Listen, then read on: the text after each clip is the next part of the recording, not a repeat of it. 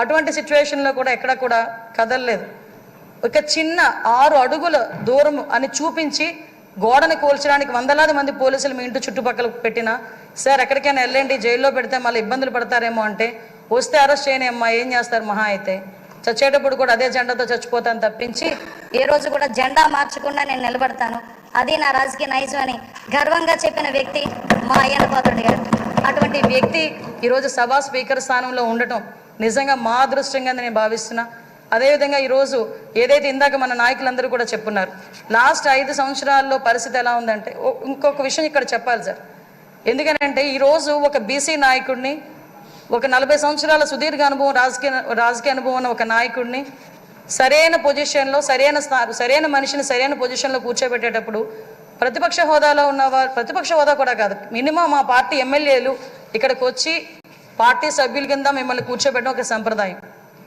సంప్రదాయాలకు విలువిచ్చే ఒక పార్టీగా, సంప్రదాయాలు విలువిచ్చే అధికార పక్షంగా నిన్న కూడా ప్రమాణ స్వీకారాలు చేసేటప్పుడు 11 మందిలో ఒక ఎమ్మెల్యే మాత్రమే జగన్మోహన్ రెడ్డి అన్న వ్యక్తి, అతనికి ప్రతిపక్ష హోదా లేదు.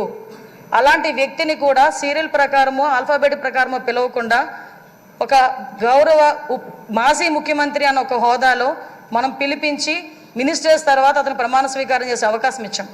అది మన గౌరవం, మన సంప్రదాయం. అది కాకుండా ఈరోజు అటువంటి సంప్రదాయం ఎందుకు వాళ్ళు రిసీవ్ చేసుకోలేకపోతున్నారు?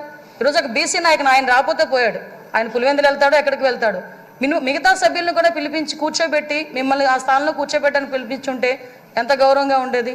అంటే వాళ్ళకి గౌరవం ఇచ్చి పుచ్చుకోవడం కూడా చేత కాదన్న సంగతి ఈ ఒక్క సభ మొదటి రోజే మనందరికీ కూడా అర్థమైంది. నేను ఒకటే అప్పీల్ చేస్తున్నాను సార్, ఈ సభలో ఇంతకు ముందు జరిగిన అవమానాలు కానీ, ఏ ఆడపిల్లకి కూడా ఇంతకు ముందు జరిగిన అవమానాలు కానీ, ఏ ఒక్కరికి కూడా, ఆడపిల్లలకే కాదు ఇక్కడ శాసన సభ్యులకి కూడా ఎక్కడ కూడా ఎటువంటి అవమానాలు జరగకుండా చూసుకునే బాధ్యత.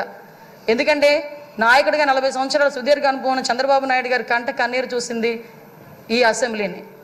అటువంటి ఈ అసెంబ్లీలో ఆ రోజు కౌరవ సభగా ఉన్న అసెంబ్లీలోకి మళ్ళా గౌరవ సభగా వస్తానని చెప్పి ప్రమాణం చేసి ఇంతమంది సభ్యుల్లో గౌరవంగా మమ్మల్ని కూడా తీసుకొచ్చినందుకు ప్రత్యేకంగా ఆంధ్రప్రదేశ్ రాష్ట్ర ప్రజలందరికీ కూడా ధన్యవాదాలు తెలియజేసుకోవాలి. ఎందుకంటే 175 మంది అంటే ఒకటి మాత్రం చెప్పాలంటే 5 కోట్ల ఆంధ్రప్రదేశ్ ప్రజల్లో 175 మందికే వస్తుంది అధ్యక్ష అని పిలిచే పలుకు.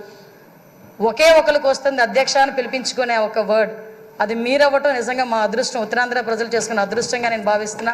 అటువంటి ఉత్తరాంధ్ర నుంచి వచ్చిన మీరు ఈరోజు ఇందాక పెద్దలు గౌరవనీయులందరూ చెప్పినట్టుగా ఉత్తరాంధ్ర ప్రజలకే కాదు ఆంధ్రప్రదేశ్ రాష్ట్ర ప్రజలకి, అదేవిధంగా భారతదేశంలో స్పీకర్లందరికీ కూడా ఆదర్శప్రాయంగా ఉంటారని నేను మనస్ఫూర్తిగా నమ్ముతున్నా.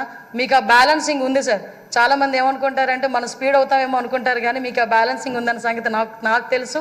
ఎందుకంటే మిమ్మల్ని అతి దగ్గరగా, మీ కుటుంబ సభ్యురాలుగా నన్ను ఎప్పుడు కూడా ఒక కూతురుగా చూసుకుంటారు. అమ్మ కూడా ఎప్పుడు కూడా మమ్మల్ని అందరినీ కూడా ఆదరిస్తారు. మీకు ఇంకొక విషయం చెప్పి ముగిస్తాను సార్. నేను లాస్ట్ టైం గవర్నమెంట్లో ఏదైతే ఆడపిల్లల మీద ట్రోలింగ్ కానీ, సోషల్ మీడియాలో ట్రోలింగ్స్ కానీ, అదేవిధంగా వ్యక్తిగతంగా మాట్లాడటం కానీ, మీరే కాదండి అక్కడున్న చాలామంది అండి సోషల్ మీడియాలో బాధలు పడ్డాం. బయటకు వస్తే నోటుకొచ్చినట్టు తిట్టారు. మీతో పాటు మాకు కూడా 23 కేసులు ఇంచుమించుగా కేసులు పరంపర నడుస్తుంది. మీరు నేను కలిపి ఉన్న కేసులు చాలా ఉన్నాయి, ఇంచుమించు 4-5 కేసులు ఉన్నాయి. ఇవన్నీ మళ్ళీ పునరావృతం కాకుండా రాబోయే తరాల వారికి ఒక శాసనసభ అంటే ఇలా ఉండాలి.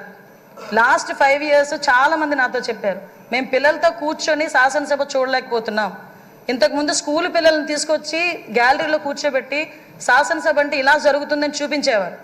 అటువంటి సంప్రదాయం పోయి ఈరోజు టీవీలు ఆఫ్ చేశారు లాస్ట్ 5 years కూడా.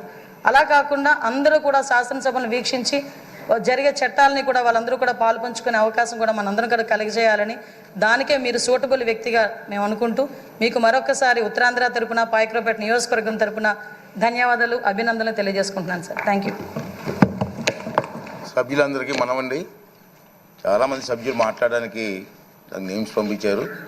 అయితే మిగిలిన సభ్యులు సమయాన్ని దృష్టిలో పెట్టుకొని మాట్లాడవలసిందిగా కోరుతున్నాను. ఇప్పుడు బీసీ జనార్దన్ రెడ్డి గారు. ధన్యవాదాలు అధ్యక్ష, అవకాశం కల్పించినందుకు. అదేవిధంగా ఈరోజు 16వ సభాపతిగా ఎన్నికైనందుకు చాలా గర్వంగా ఉంది. ఎందుకంటే ఎంతో అనుభవం గల నాయకుడిగా తెలుగుదేశం పార్టీలో పుట్టినప్పటి నుంచి కూడా మీరు కంటిన్యూ అవుతూ ఈరోజు